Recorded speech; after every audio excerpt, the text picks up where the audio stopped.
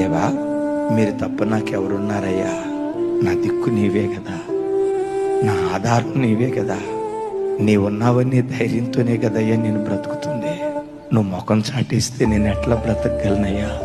నా ప్రార్థనకు నువ్వు జవాబు ఇవ్వకపోతే ఎలా ఈ భూమి మీద నేను మనగలనయ్యా? నిన్నొక్కడిని ఆధారం చేసుకుని బ్రతుకుతున్నా. నా ధైర్యమైన, నా నిరీక్షణైనా, నా బలమైన, నాకుంటూ నా బ్రతుకులో ఒక విశ్వాసమైన, అది మీరు ఒక్కళ్ళే యేసయ్యా. మీరు ముఖం చాటిస్తే నేను తట్టుకోలేనయ్యా, నేను తట్టుకోలేను. నేను నమ్ముకుని నిన్ను ఆధారం చేసుకుని బ్రతుకుతున్న వాడినయ్యా.